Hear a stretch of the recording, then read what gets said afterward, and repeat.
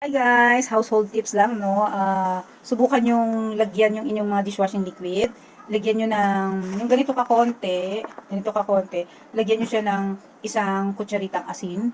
Pag naglagay kayo ng asin sa dishwashing liquid ninyo, gumaganda yung hinuhugasan nyo. I mean, lalo siyang lumilinis, kumikintab, tapos nawawala yung madaling matanggal yung sebo. So, pakita ko sa inyo guys. Bale, ito guys, mag-try lang muna tayo, no? Naglagay lang ako ng konting tubig kasi para matunaw yung asino. Tapos ito, ganito lang muna kakunti lalagay natin. Tapos yan. Okay lang yun kahit hindi siya lahat matunaw. Tapos lagyan nyo lang ng, tantyahin nyo lang. Tantyahan lang yan. Kung gaano kabula yung gusto niyo dishwashing liquid yan. So yan, pwede na yun.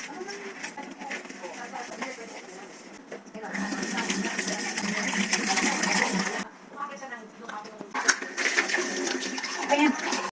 Oh, ayan, 'di ba ang linis?